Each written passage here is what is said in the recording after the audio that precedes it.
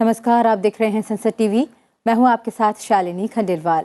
प्रधानमंत्री नरेंद्र मोदी आज बजट पर तीसरे वेबिनार को संबोधित करने जा रहे हैं। आज का विषय है युवा शक्ति का दोहन, कौशल और शिक्षा। आइए आपको सीधा लिए चलते हैं। दी गई है हमारा एजुकेशन सिस्टम प्रैक्टिकल हो, इंडस्ट्री ओरिएंटेड हो। ये बजट इसकी नींव मजबूत कर रहा है। वर्षों से हमारा एजुकेशन सेक्टर रिजिडिटी का शिकार रहा। हमने इसको बदलने का प्रयास किया है। हमने एजुकेशन और स्किलिंग को युवाओं के एप्टीट्यूड और आने वाले समय की डिमांड के हिसाब से रीओरिएंट किया। राष्ट्रीय शिक्षा नीति में भी लर्निंग और स्किलिंग दोनों पर समान जोर दिया गया है। मुझे खुशी है कि इस प्रयास में हमें टीचर्स का बहुत सपोर्ट मिला। इससे हमें अपने बच्चों को अतीत के बोझ से मुक्त करने का बहुत हौसला मिला है। इसलिए सरकार को एजुकेशन और स्किलिंग सेक्टर में और रिफॉर्म करने के लिए प्रोत्साहित किया है। साथियों, नई टेक्नोलॉजी नई तरह के क्लासरूम के निर्माण में भी मदद कर रही है। कोविड के दौरान ये हमने अनुभव भी किया है। इसलिए आज सरकार ऐसे टूल्स पर फोकस कर रही है जिससे एनीवेयर एक्सेस ऑफ नॉलेज सुनिश्चित हो सके। आज हमारे ई लर्निंग प्लेटफॉर्म स्वयं में 3 करोड़ मेंबर हैं। वर्चुअल लैब्स और नेशनल डिजिटल लाइब्रेरी में भी नॉलेज का बहुत बड़ा माध्यम बनने की संभावना है। डीटीएच चैनल्स के माध्यम से स्टूडेंट्स को भी स्थानीय भाषाओं में पढ़ाई का अवसर मिल रहा है। आज देश में ऐसे अनेक डिजिटल और टेक्नोलॉजी आधारित इनिशिएटिव चल रहे हैं। इन सारे इनिशिएटिव्स को नेशनल डिजिटल यूनिवर्सिटी से और बल मिलेगा। ऐसे फ्यूचरिस्टिक कदम हमारी शिक्षा, हमारी स्किल और हमारे ज्ञान विज्ञान के पूरे स्पेस को बदलने वाले हैं। अब हमारे टीचर्स की भूमिका सिर्फ क्लासरूम तक सीमित नहीं रहेगी। अब हमारे टीचर्स के लिए पूरा देश, पूरी दुनिया ही एक क्लासरूम की भांति होगा। ये टीचर्स के लिए अवसरों के नए द्वार खोलने वाला है। हमारे एजुकेशनल इंस्टीट्यूशंस के लिए भी अब देश भर से टीचिंग मटेरियल की अनेक प्रकार की विविधताएं, अनेक प्रकार की विशेषताएं, स्थानीय टच, ऐसी अनेक बातें उपलब्ध होने वाली हैं। और सबसे बड़ी बात, इससे गांव और शहर से स्कूलों के बीच जो खाई होती थी वो दूर होगी। सबको बराबरी के अवसर मिलेंगे। साथियों, हमने देखा है कई देश ऑन द जॉब लर्निंग पर विशेष बल देते हैं। बीते वर्षों में केंद्र सरकार ने अपने युवाओं को आउटसाइड द क्लासरूम एक्सपोजर देने के लिए इंटर्नशिप और अप्रेंटिसशिप को फोकस किया है। आज नेशनल इंटर्नशिप पोर्टल पर लगभग 75,000 एम्प्लॉयर्स हैं। ये इंटर्नशिप की लगभग 25 लाख रिक्वायरमेंट पोस्ट कर चुके हैं। इससे हमारे युवाओं और इंडस्ट्री दोनों को बहुत लाभ हो रहा है। मैं इंडस्ट्री और शिक्षा से जुड़े संस्थानों से आग्रह करूंगा कि इस पोर्टल का अधिक से अधिक उपयोग करें। देश में इंटर्नशिप के कल्चर का हमें और विस्तार करना है।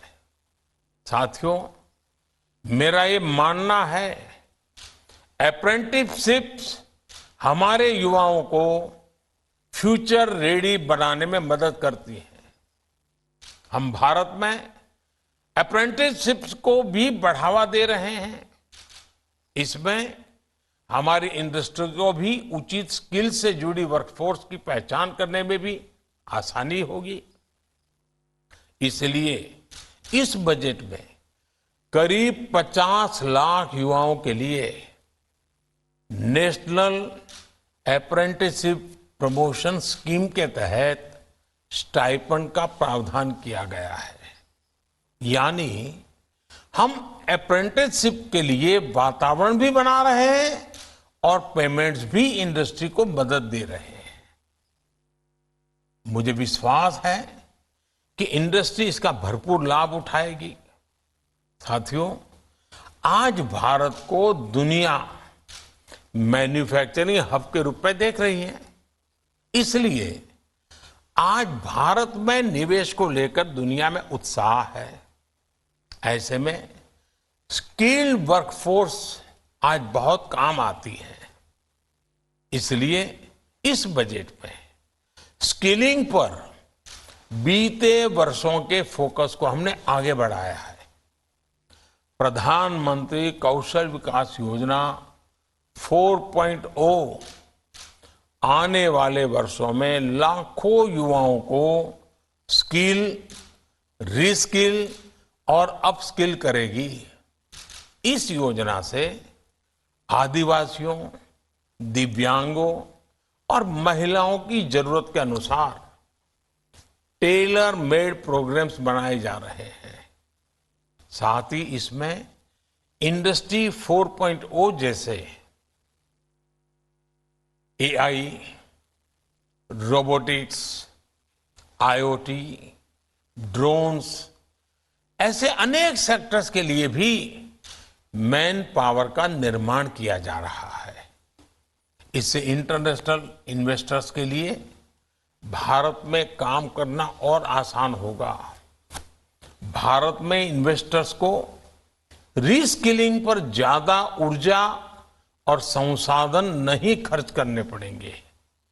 इस बजट में पीएम विश्वकर्मा कौशल सम्मान योजना का भी ऐलान किया गया है। इससे हमारे पारंपरिक कारीगरों, हस्तशिल्पियों, कलाकारों के स्किल डेवलपमेंट पर जोर दिया जा रहा है। पीएम विश्वकर्मा योजना इन कारीगरों को नया मार्केट भी दिलाने में मदद करेगी और इससे अनेक उत्पादों के बेहतर दाम भी मिलेंगे। साथियों, भारत में एजुकेशन सेक्टर में तेजी से बदलाव लाने के लिए एकेडेमिया और इंडस्ट्री की भूमिका और पार्टनरशिप बहुत बड़ी है।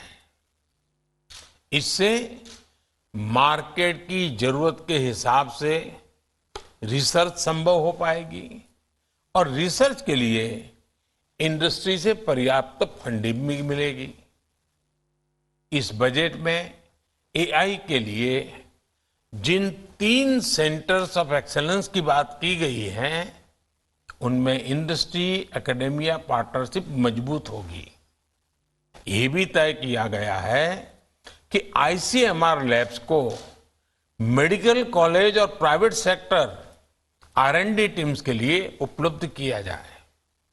मुझे पूरा भरोसा है कि देश में R&D इकोसिस्टम को मजबूत करने के लिए उठाए गए ऐसे हर कदम प्राइवेट सेक्टर ज्यादा से ज्यादा फायदा उठाएगा। साथियों, बजट में जो निर्णय लिए गए हैं उनसे हमारी होल ऑफ गवर्नमेंट अप्रोच भी स्पष्ट होती है। हमारे लिए एजुकेशन और स्किलिंग सिर्फ इनसे जुड़े मंत्रालय या विभाग तक सीमित नहीं है। हर सेक्टर में इनके लिए संभावनाएं हैं। ये सेक्टर हमारी इकोनॉमी के बढ़ते साइज के साथ बढ़ते जा रहे हैं। मेरा स्किलिंग और एजुकेशन से जुड़े स्टेक होल्डर से आग्रह है कि अलग अलग सेक्टर्स में आ रही इन अपॉर्चुनिटीज को स्टडी करें। इससे हमें इन नए सेक्टर्स के लिए जरूरी वर्कफोर्स तैयार करने में आसानी होगी। अब जैसे आप भारत के तेजी से बढ़ते सिविल एविएशन सेक्टर से जुड़ी खबरों को सुन रहे हैं, ये दिखाता है कि भारत की ट्रेवल और टूरिज्म इंडस्ट्री का कितना विस्तार हो रहा है। ये रोजगार के बहुत बड़े माध्यम है। इसलिए हमारे स्किलिंग सेंटर्स और एजुकेशनल इंस्टीट्यूशन को इसके लिए भी कैपेसिटी तैयार करनी होगी। मैं चाहूंगा जो युवा स्किल इंडिया मिशन के तहत प्रशिक्षित हुए हैं, हम उनका भी अपडेटेड डेटाबेस तैयार करें, क्योंकि कई ऐसे युवा होंगे जिनके स्किल्स को अपग्रेड करने की जरूरत होगी।